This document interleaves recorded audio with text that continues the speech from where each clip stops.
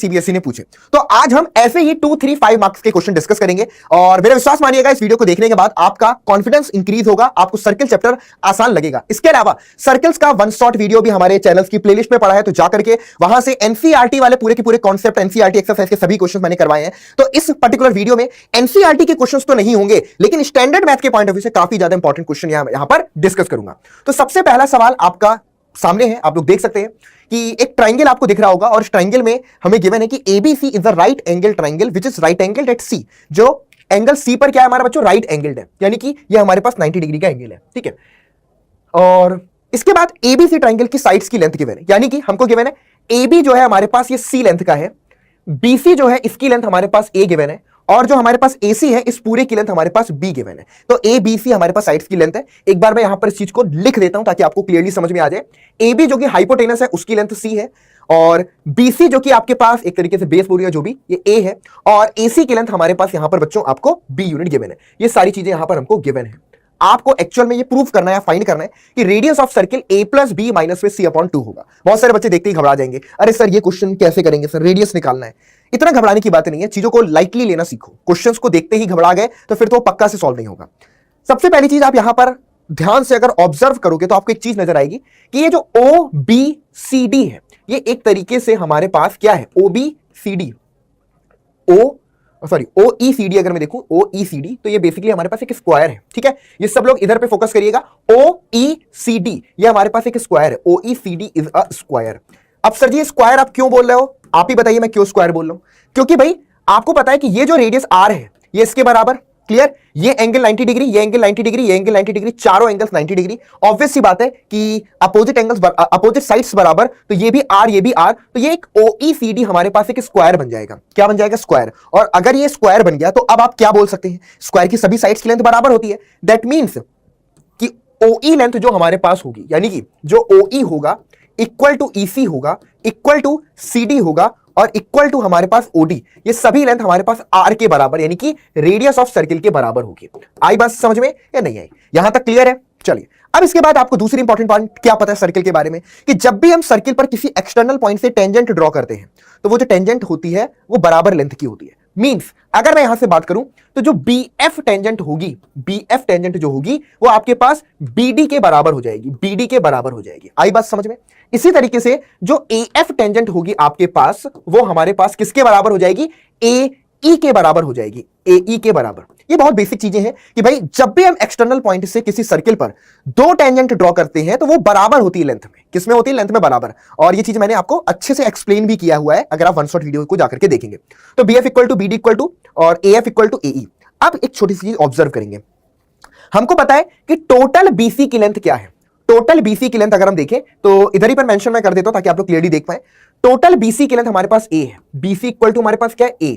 लेकिन अगर मैं यहां पर सिर्फ BD फाइंड करूं तो BD इक्वल टू क्या हो जाएगा, टोटल A लेंथ में से CD लेंथ को अगर मैं माइनस कर दूं, यानी कि A में से अगर मैं R माइनस कर दूं तो ये BD आ जाएगा, जो कि हमारे पास BD इक्वल टू BF दोनों ही बराबर है। तो ये चीज हमको यहां से मिल जाएगी। क्लियर है। तो BD equal to A minus R equal to B of F। Okay clear, ये बात समझ में आ गई। अब इसी तरीके से यहां पर AF इक्वल टू AE है, तो इधर पर अगर मैं AF इक्वल टू AE की बात करूं तो नोट करिएगा ये टोटल लेंथ आपके पास AC, इसकी लेंथ कितनी है बच्चों, C के बराबर है, सॉरी B के बराबर। ये क्या लिखा है, B। ये टोटल लेंथ हमारे पास B के बराबर है, और अगर मुझे सिर्फ AE निकालना है तो B लेंथ में से R माइनस कर दूंगा तो ये हमारे पास B माइनस में R हो जाएगा। तो AF equal to AE equal to B minus में R। इसको भी फटाफट से आप लोग नोट कर लीजिए, ये सभी चीजों का इस्तेमाल हम करने वाले। अब हम बात करते हैं AC AB साइड पर, जो ये राइट एंगल ट्राइंगल है इसके हाइपोटेनस को ऐसे पकड़ लो उठा करके, ठीक है। हाइपोटेनस AB की बात करें तो AB जो हाइपोटेनस है ये AB बराबर किसके है, BF प्लस में FA, या बोल सकते हैं कि AF प्लस में आपके पास FB के बराबर है। AB की लेंथ हमारे पास C गिवन है, तो इसको मैं पूरा का पूरा C लिख सकता हूं। AF अभी हमने निकाला यहां पर B माइनस में R के बराबर, तो ये B माइनस में R आया, प्लस में FB अभी हमने निकाला यहां पर कि FB या BF A माइनस में R के बराबर है। दैट मींस A माइनस में R। इसको सॉल्व करेंगे तो C is equal to B plus A minus में 2 टाइम्स ऑफ R के बराबर। अब R वाले टर्म्स को एक तरफ रखो, बाकी को दूसरे साइड पे, तो 2R इधर कर दिया हमने, तो 2R equal to B plus में A आ जाएगा, और यहां से रेडियस, अच्छा, और B प्लस A माइनस में आपका C भी आएगा, और radius R equal to B plus A minus में C अपॉन 2 निकल करके आ जाएगा। This is the radius of the circle, और जो कि हमें यहां पर प्रूव करना था। तो इस तरीके से क्वेश्चन हमारा कंप्लीट होता है। Hence proved. बच्चों जल्दी से मुझे कमेंट बॉक्स में आंसर करके बताइए कि ये सवाल आप लोगों ने पहले सॉल्व किया था या नहीं किया था। अगर सॉल्व किया था तो बहुत ही अच्छी बात है, और अच्छे से समझ में आया ये इंपॉर्टेंट है, तो जरूर से कमेंट बॉक्स में लिख करके बताना कि समझ आया या नहीं आया। पहला क्वेश्चन हमारा कंप्लीट होता है, और इस क्वेश्चन को अगर मैं 2, 3, 5 मार्क्स की कैटेगरी में रखूं तो ये पर्टिकुलर क्वेश्चन आपके पेपर में वैसे तो 3 नंबर का आ सकता है, ठीक है, लेकिन 2 और 3 मार्क्स के बीच में कहीं पर भी ये पूछा जा सकता है। ठीक है जी, क्लियर है। तो इसका answer radius r equal to B plus A minus c/2, जो कि हमें यहां पर प्रूव करना था। क्लियर है? आई बात समझ में या नहीं आई, फटाफट से बताइए। क्लियर है? हो गया एवरीवन? क्लियर? यस और नो? डन है बेटा। चलिए अगले क्वेश्चन पे मूव करते हैं। अगला क्वेश्चन है हमारे पास, देख के बहुत सारे बच्चे घबरा रहे होंगे। अरे घबराने की कोई बात नहीं है, बिल्कुल इजी क्वेश्चन है। यहां पर 2 सर्किल्स हैं, एक सर्किल का सेंटर हमारे पास O है, दूसरे का सेंटर हमारे पास O डैश है, और सेंटर O को O डैश से हमने ज्वाइन किया हुआ है। Clear? Okay ji.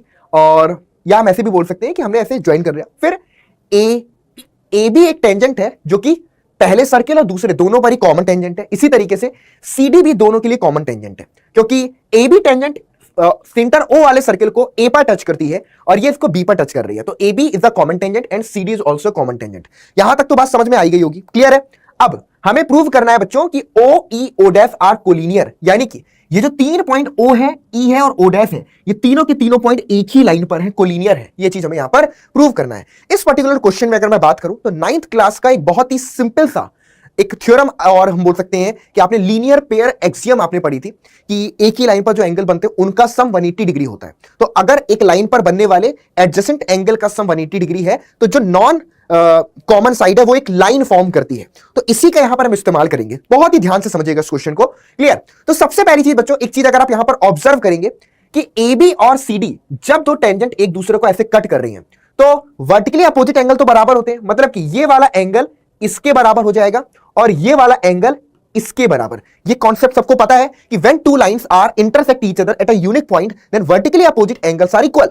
Everyone knows that. Clear है? चलिए, तो सबसे पहले इसी कॉन्सेप्ट का मैं यहां पर इस्तेमाल करूंगा, जिसके थ्रू हम ये बोल सकते हैं बच्चों, यहां पर एंगल आपका AED जो है, AED एंगल जो है वो इक्वल टू होगा एंगल आपके CEB के इक्वल होगा। क्लियर है बात? समझ में आई? अब इसी तरीके से आपको जब मैंने थ्योरम पढ़ाई थी, अगर आपने वो थ्योरम पढ़ी है कि जब हम एक्सटर्नल पॉइंट से, मान लो ये एक्सटर्नल पॉइंट आपका E है, इस पॉइंट E से आपने AE और EC दो टेंजेंट ड्रॉ करी है, तो पहली बात तो ये लेंथ में इक्वल होती है। साथ ही साथ हमें यह भी पता है कि ये वाला जो एंगल फॉर्म करता है, ये वाला इस एंगल के बराबर होता है। क्लियर है? यानी कि सेंटर से एक्सटर्नल पॉइंट को ज्वाइन करने पर जो ये लाइन होती है, ये दोनों टेंजेंट्स के बीच में बनने वाले एंगल को बाइसेक्ट कर देता है। तो ये वाला एंगल आपका इस वाले एंगल के बराबर होगा। तो यहां पर हम बच्चों ये भी मेंशन कर सकते हैं कि एंगल आपका AEO जो होगा, ये एंगल CEO के बराबर होगा। किसके बराबर होगा? CEO एंगल के बराबर। अगर समझ में नहीं आ रहा तो यहां पर मैं लेबलिंग फिर से कर देता हूं। ये हमारे पास पॉइंट आपका E है, ठीक है जी। ये O डैश पॉइंट है, ये O पॉइंट है सेंटर, और बाकी ये पॉइंट C है, ये हमारे पास पॉइंट B है, ये D है, और ये आपके पास A लिखा हुआ है। क्लियर है? चलिए, तो बच्चों ये वाला एंगल इसके बराबर। सिमिलरली हम ये भी लिख सकते हैं कि जो एंगल DEO डैश होगा, एंगल DEO डैश होगा, यानी कि ये वाला जो एंगल होगा इक्वल टू होगा BEO डैश के, BEO डैश के। ये तीनों चीजें आपने यहां पर 1, 2 एंड 3 लिख लिया। आई बात समझ में या नहीं आई, फटाफट से कमेंट बॉक्स में लिख करके बताइएगा। अब दूसरा इंपॉर्टेंट पॉइंट कि किसी एक पॉइंट पर जो टोटल एंगल बनता है वो कितने डिग्री का होता है? बताइए जल्दी से। किसी एक पर्टिकुलर पॉइंट पर जो टोटल एंगल बनता है वो कितने डिग्री का होता है? 360 डिग्री। इसका मतलब यह है बच्चों कि अगर मैं एंगल AEO करूं, समझना, एंगल AEO रखूं, प्लस में एंगल AED रखूं, एंगल AED रखूं, प्लस में एंगल DEO डैश रखूं, DEO डैश रखूं, उसके बाद प्लस में हमारे पास O डैश EB रखूं, समझिएगा, O डैश EB रखूं, उसके बाद प्लस में एंगल BEC रखूं। क्या रखूं? एंगल आपके पास यहां पर प्लस में BEC रखूं, और उसके बाद प्लस में एंगल CEO रखूं, प्लस में एंगल CEO। जितने भी सेंटर पर एंगल बन रहे हैं उन सभी का सम हमारा 360 डिग्री के बराबर होता है। होता है? पक्का? क्लियर है? चलिए, अब अगर आप ध्यान से देखें तो AEO प्लस में CEO, ये जो दो एंगल्स दिख रहे हैं, ये वाला एंगल, ये दोनों बराबर एंगल्स है, तो इसको हम 2 टाइम्स एंगल AEO लिख सकते हैं। क्लियर? एंगल आपके पास AED जो है, ठीक है, और जो बीईसी है, ये दोनों एंगल आपके बराबर हैं, तो इसको 2 टाइम्स एंगल हम एईडी भी लिख सकते हैं। प्लस में इसके बाद एंगल डीओ डीईओ डैश, यानी कि ये वाला जो एंगल है डीईओ डैश, और ये जो हमारा एंगल है ओ डैश ईबी, ये भी हमारे आपके बराबर है, इसको हम लिख सकते हैं आपका प्लस में 2 times D E O dash equal to हमारे पास 360 डिग्री। अब आप देखोगे सब में से 2 अगर मैं कॉमन निकाल लेता हूं तो ये बन जाएगा एंगल एईओ, क्लियर है, प्लस में एंगल आपके पास एईडी और प्लस में एंगल आपके पास डीईओ डैश। चलिए इक्वल टू आपके पास 360, 2 से 360 को कैंसिल करेंगे तो 180 डिग्री आ गया। तो दैट मींस कि एक ही लाइन पर जो तीनों एंगल्स बन रहे हैं उनका सम कितना बना, एंगल एईओ प्लस में एंगल एईडी और प्लस में angle D E O dash equal to 180 degree के बराबर। यानी कि एक ही लाइन पर जो 3 एंगल बने उन सभी का सम 180 डिग्री के बराबर है। इसका मतलब यह हुआ कि हेंस हम यहां से क्या बोल सकते हैं कि भाई point O E O dash, point O E O dash are collinear point. कैसे पॉइंट होंगे बच्चों, ये आपके कोलिनियर पॉइंट्स होंगे, यानी कि तीनों पॉइंट्स आपके एक ही लाइन पर होंगे। ये बात क्लियरली समझ में आई या नहीं आई, फटाफट से कमेंट बॉक्स में लिख करके बताओ। क्वेश्चन नंबर 2 आपका यहां पर कंप्लीट होता है। एवरीवन क्लियर है तो जल्दी से एक बार कमेंट बॉक्स में लिख करके बताना, और क्लास को, इस वीडियो को लाइक और शेयर जरूर से करना है, क्योंकि लाइक और शेयर अगर मिलते हैं तो मुझे भी मोटिवेशन मिलता है और एक बात पता चलती है कि हाँ भाई आप लोगों को ये क्लास पसंद आई, आप लोगों को ये क्वेश्चंस पसंद आए। अगर ऐसा होता है तो मैं ऐसे ही और क्वेश्चंस आपको प्रैक्टिस करवाऊंगा, ठीक है। और चिंता करने की बात नहीं है, मैंने बहुत कुछ सोच रखा है तुम्हारे लिए, तो लगातार तुम्हें इस चैनल पर ऐसी वीडियोस मिलती रहेंगी, तो इसलिए चैनल को सब्सक्राइब जरूर से करना यार, ठीक है।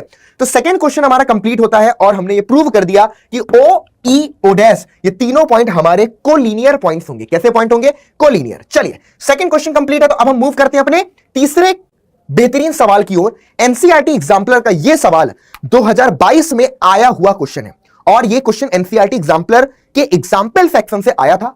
बहुत ही इजी क्वेश्चन है, लेकिन one of the most important problem में से एक है। इस क्वेश्चन में अगर हम बात करें, ध्यान से पहले तो क्वेश्चन को रीड करना है बिना किसी जल्दबाजी के, स्लोली पढ़ो लेकिन अच्छे से पढ़ो।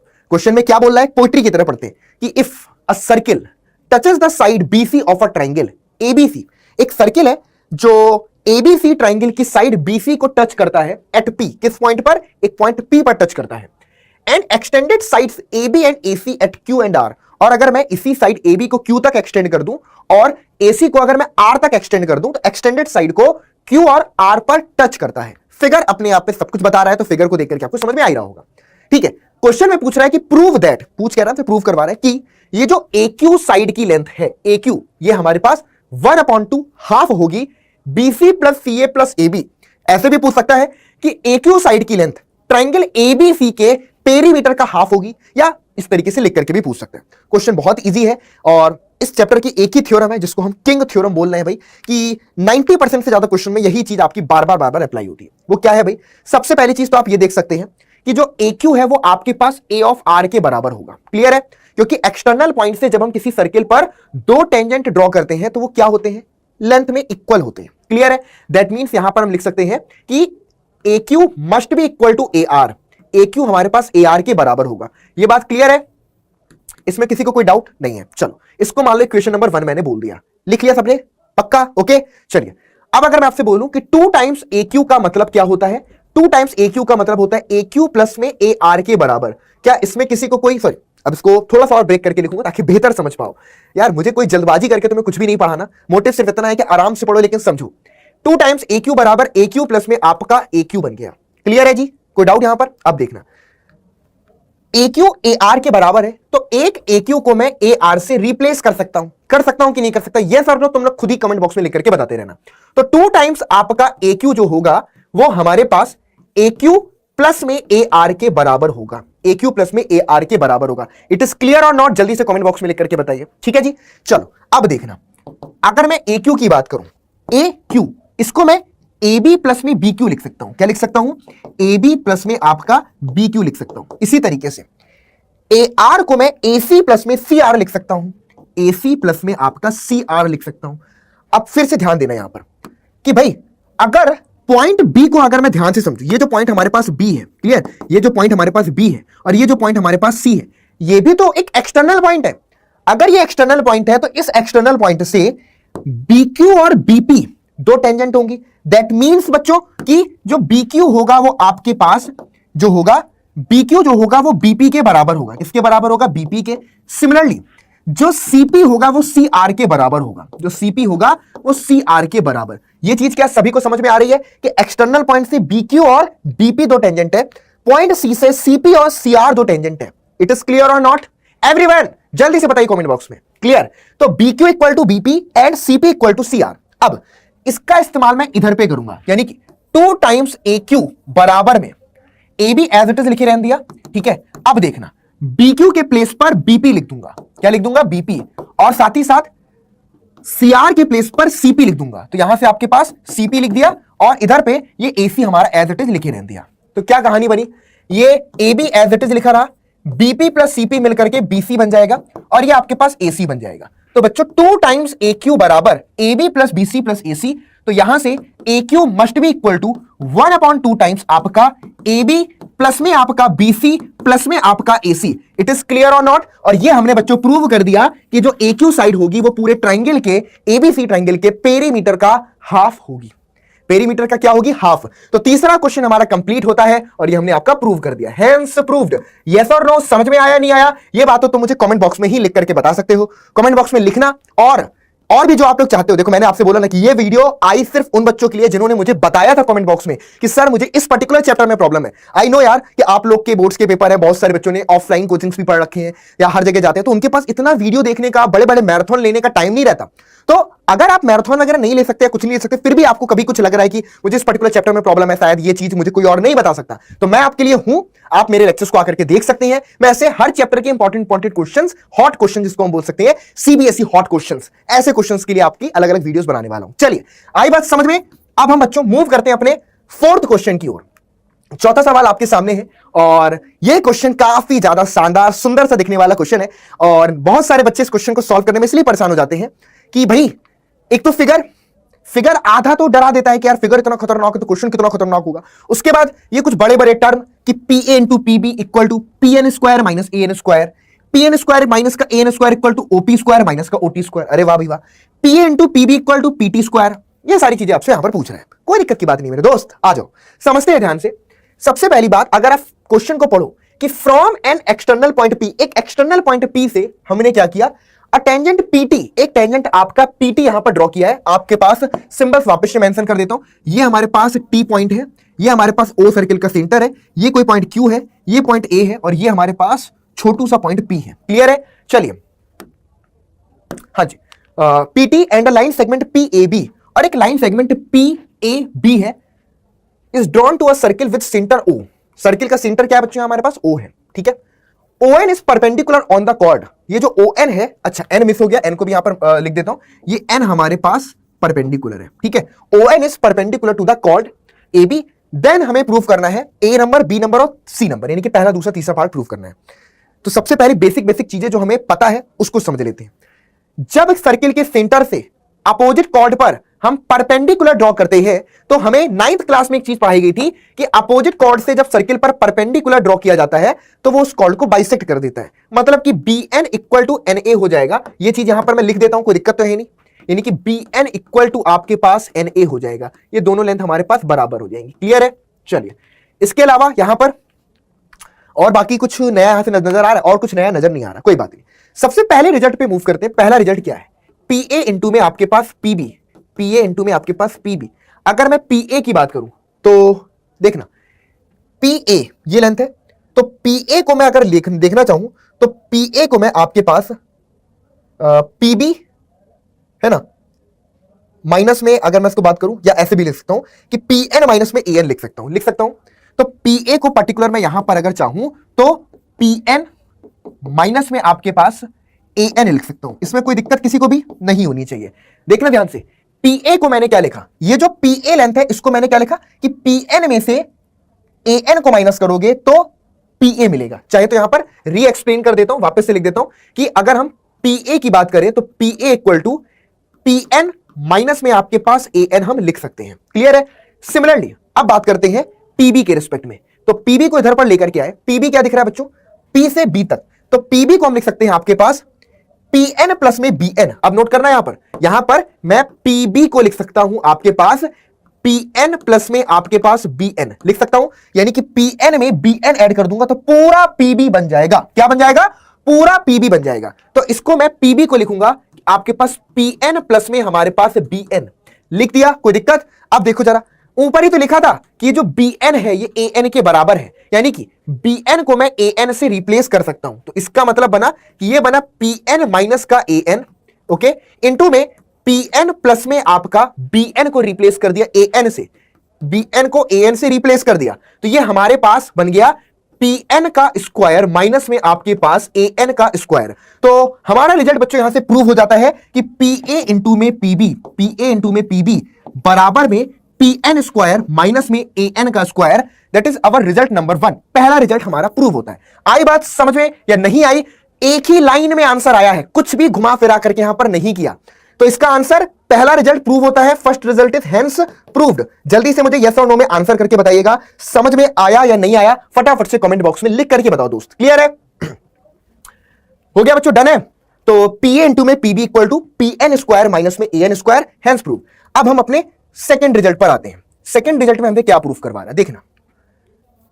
Pn स्क्वायर माइनस में An स्क्वायर के बारे में लिखना है। Pn स्क्वायर माइनस में आपके पास An square.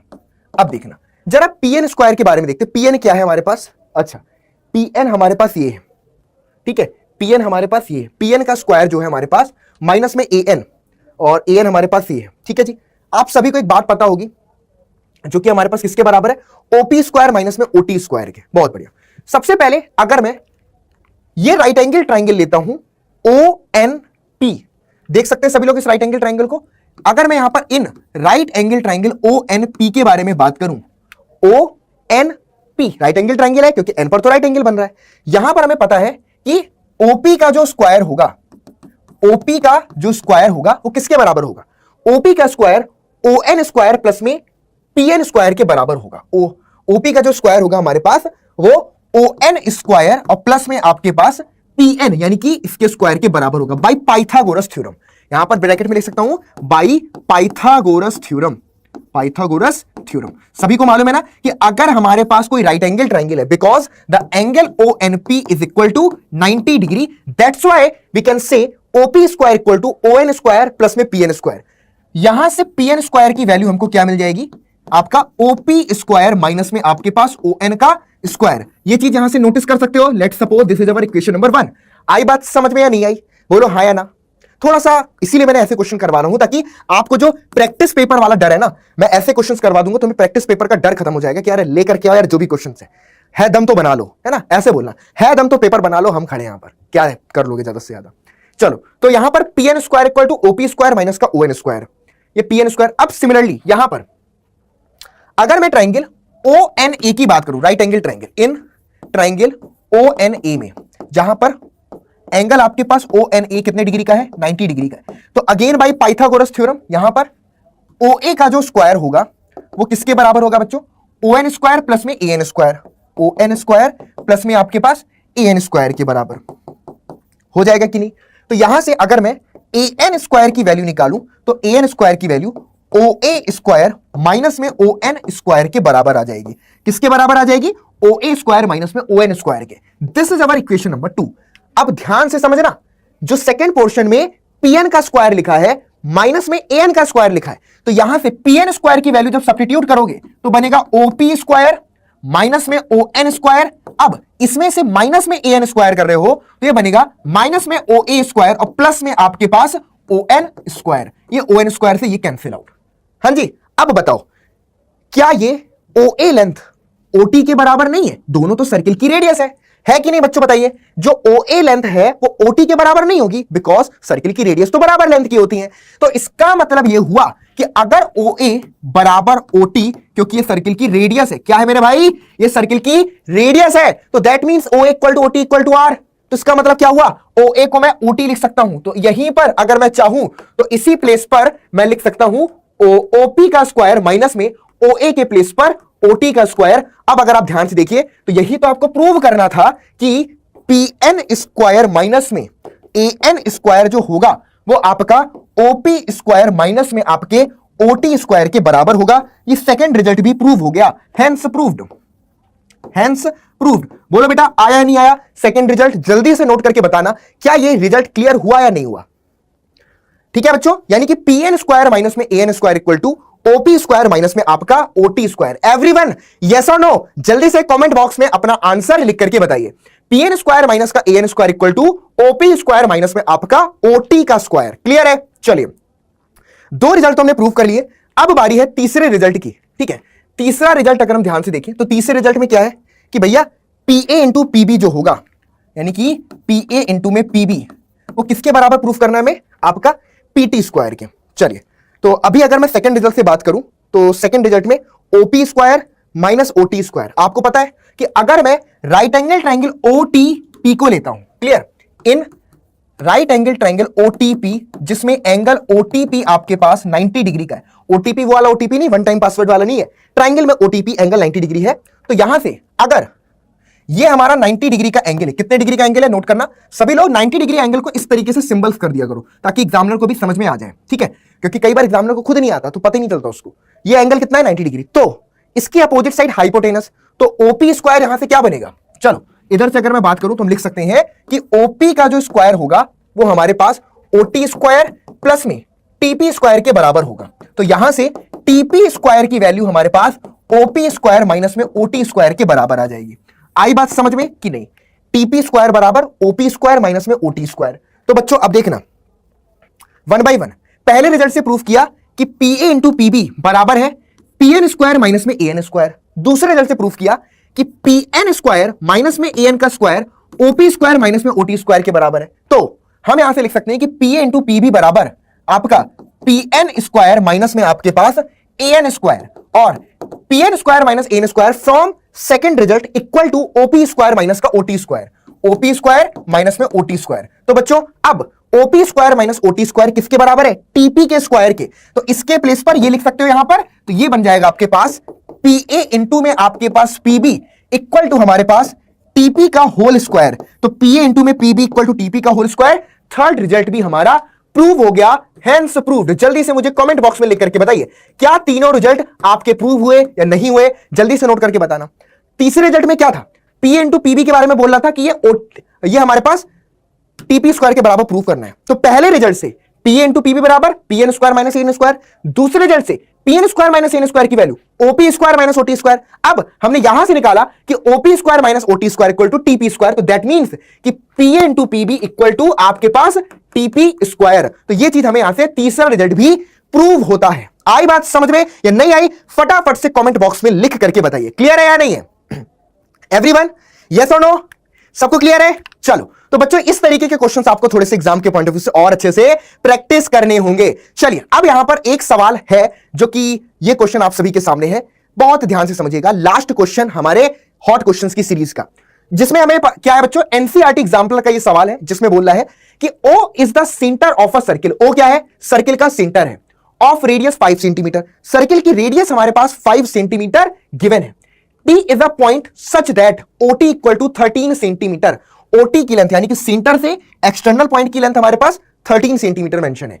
And OT intersect the circle at E, जो OT है वो सर्किल को E पर इंटरसेक्ट करती है, और AB is the tangent to the circle at E। हमने पॉइंट E पर एक टेंजेंट AB आपका ड्रॉ करा हुआ है। क्लियर है? तो सबसे मजेदार बात यह हो गई यहां पर कि अगर AB टेंजेंट है एट पॉइंट E, तो ये एंगल 90 डिग्री, ये एंगल 90, दैट मींस ये भी 90 और ये भी 90। ये 90 90 90 वाली कहानी हो गई। जहां भी 90 90 90 वाली कहानी बन जाए और 90 90 वाले एंगल बने तो ट्रायंगल बनेगा। ट्रायंगल बना तो पाइथागोरस थ्योरम तो लगनी ही लगनी है मेरे भाई। क्लियर है?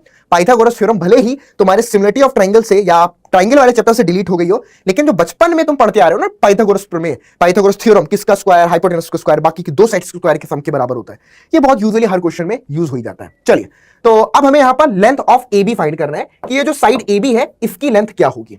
ठीक है जी, चलो तो सबसे पहली बात ध्यान से समझते हैं इस क्वेश्चन में कि ये जो हमारे पास अगर ऑब्जर्व करो, ये जो PA और AE है दोनों इक्वल होंगे लेंथ में कि नहीं? यानी कि अगर मैं AP की बात करूं तो AP बराबर AE होगा, AP इक्वल टू AE होगा। ये बात क्लियर है? क्योंकि एक्सटर्नल पॉइंट से जो टेंजेंट ड्रॉ करते हैं वो बराबर होता है। इसी तरीके से यहां पर QB जो होगा वो BE के बराबर होगा, QB जो होगा वो BE के बराबर होगा। ये भी हमें पता है कि एक्सटर्नल पॉइंट से।